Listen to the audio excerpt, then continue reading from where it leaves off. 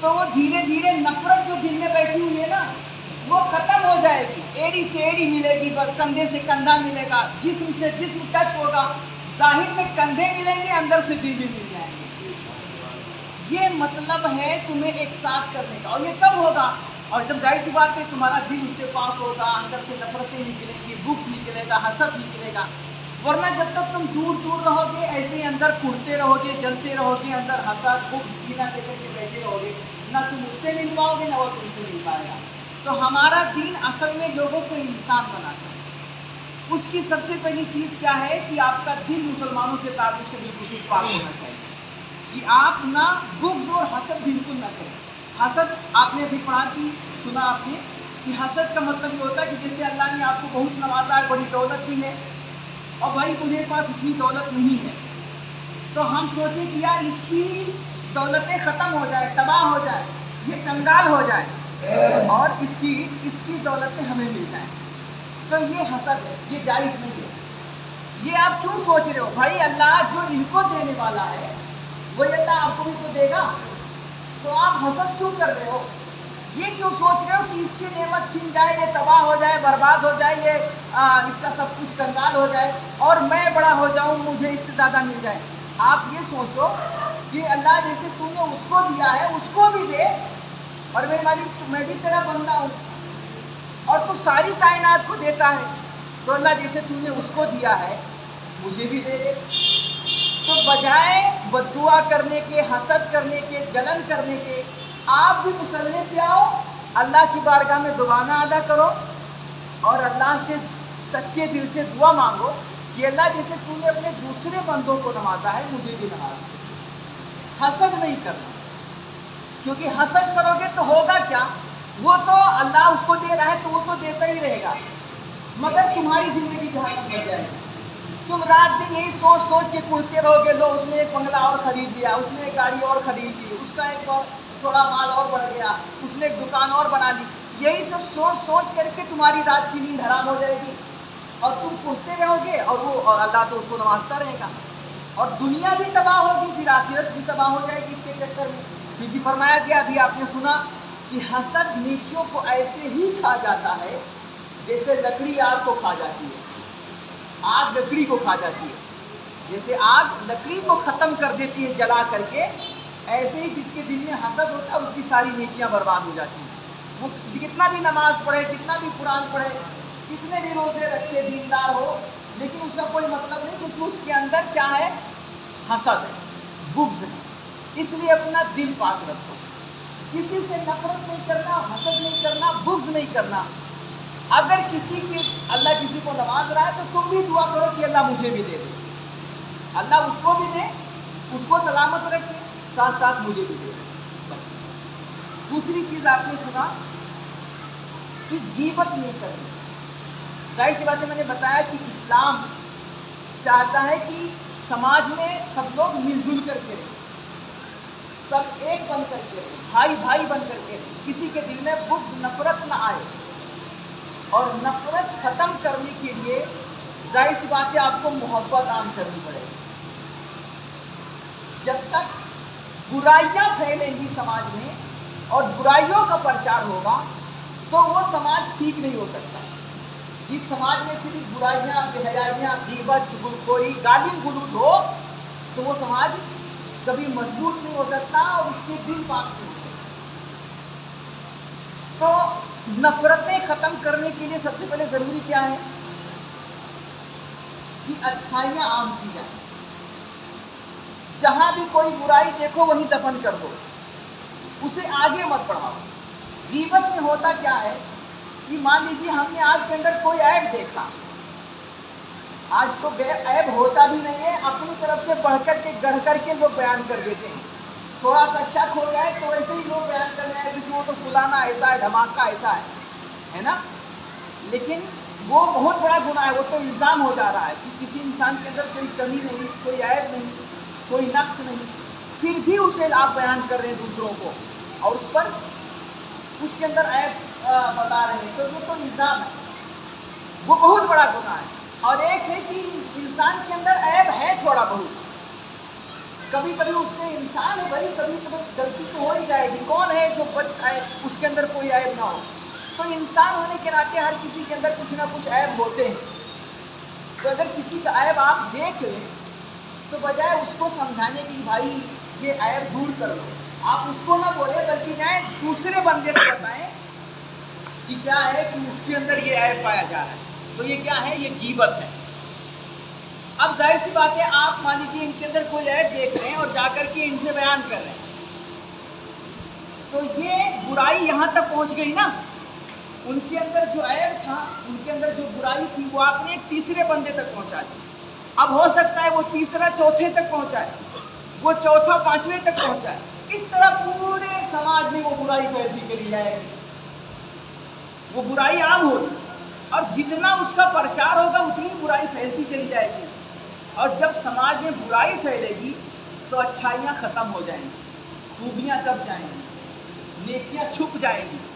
اس لیے کیا ہے، ہمارا دین کہتا ہے کہ جب کسی کے اندر کوئی عیب دیکھو، کوئی برائی دیکھو، تو اسے دوسرے سے مت بیان کرو، یا تو اسی کو بتا دو بھائی دور کر دو، اور یا تو پھر اس سے نظریں چھپا دو، وہیں پہ دفن کر دو تاکہ وہ برائی آگے نہ پھیلے۔ ہاں، اگر کسی کے اندر کوئی خوبی دیکھو تو اسے جہاں تک پھیلا سکو پھیلاؤ، کیونکہ سماج میں جب اچھائیاں پھیلیں گی تو لوگ اچھے بنیں گے۔ سمجھ گئے؟ جب سماج میں آج تو دیکھو نا پرچار سے، آج جو ہمارے سماج میں اتنی برائیاں بے حیائیاں ہیں ہر طرف ہیں، وجہ کیا ہے کہ مطلب جہاں دیکھو، اب تک آپ دیکھو کہ ایک صابن بھی خرید رہے ہو نا تو اس پہ ایک ننگی لڑکی کی تصویر آپ کو بنی ملے گی، تیل خریدو تو ایک ننگی سر کی لڑکی بن کے، اور بھائی ہم صابن خرید رہے ہیں اس میں تصویر کی کیا ضرورت ہے؟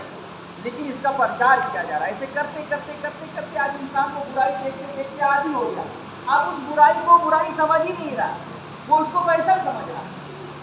تو اس لیے فرمایا گیا کہ جب بھی کوئی کسی کے اندر کوئی خامی دیکھو، کوئی برائی دیکھو، تو اسے آگے مت بیان کرو، وہیں پہ دفن کر دو، اس کو ختم کر دو تاکہ سماج میں برائی نہ پھیلے۔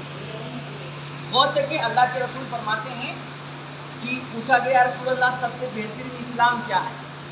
سب سے اچھا اسلام، سب سے افضل اسلام، تو میرے حضور نے، اب ہم لوگ سمجھتے ہیں سب سے افضل اسلام کیا؟ وہی کہ بھیا روزہ رکھے، نماز پڑھے، 5 وقتہ نمازی ہو، داڑھی ٹوپی والا ہو، قرآن پڑھے، تو مطلب وہ اچھا مسلمان ہے اور یہی سب سے اچھا اسلام ہے۔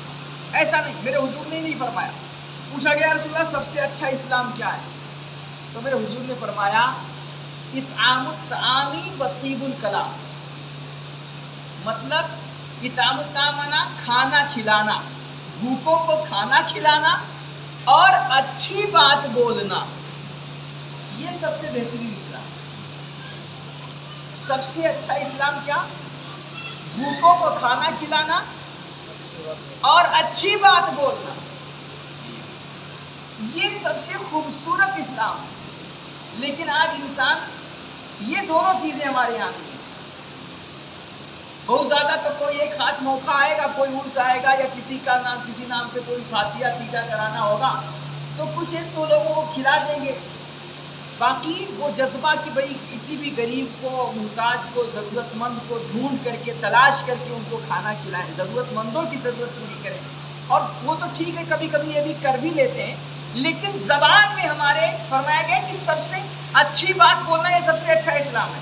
لیکن ہم کیا کرتے ہیں، ہماری زبان جب کھلتی ہے تو صرف زہر نکلتا ہے، صرف گالیاں، صرف غیبتیں، صرف چغلخوریاں، اور جب بھی بولیں گے تو لوگوں کا کسی کی عزت اڑائیں گے، کسی پہ تہمت لگائیں گے، کسی کو گالی دیں گے، کسی کے خلاف سازش کریں گے، تو یہ اسلام نہیں ہے۔ فرمایا گیا سب سے اچھا اسلام کیا؟ کہ جب بھی بولو اچھا بولو، قولوا للناس حسنا، اللہ کا قرآن فرما رہا ہے کہ لوگوں سے اچھی باتیں کرو، بھلی باتیں کرو، ایسی بات بولو کہ لوگ سنیں تو اچھی لگے، ایسا نہ ہو کہ بولو تو کسی کا دل پھاڑ دو، بولو تو کسی کی عزت اچھال دو۔ تو غیبت سے منع کیا گیا، کیونکہ غیبت سے کیا ہوتا ہے کہ انسان کا دل دکھتا ہے، مسلمان کی عزت اترتی ہے، وہ رسوا ہوتا ہے، یہ سب سے بڑا عیب ہے، اور اللہ اس کو کبھی معاف نہیں کرے گا۔ اگر آپ کسی مسلمان کی حق عزت کر رہے ہیں، اللہ کے نبی فرماتے ہیں کہ جو آج دنیا میں کسی کی عزت بچانے کے لیے اس کا ایک عیب چھپائے گا، ایک عیب آج دنیا میں اگر کسی انسان کے اندر، کسی مسلمان کے اندر وہ کوئی خامی دیکھتا ہے، کوئی عیب دیکھتا ہے اور آج اسے چھپا لیتا ہے، تو اللہ کے نبی فرماتے ہیں کل قیامت کے دن اللہ اس کے 70 عیبوں کو چھپائے گا، 70 عیبوں پہ کل انشاءاللہ اللہ پر۔ تو اگر چاہتے ہو کہ کل اللہ ہمیں مغفرت فرمائے اور اللہ ہمارے عیبوں کو بخش دے اور ہمارے عیبوں کو دنیا کے سامنے ظاہر نہ کرے، تو آج اس کے نیک بندوں میں اگر کوئی تمہیں خامی نظر آئے، برائی نظر آئے تو اس کو چھپا لو۔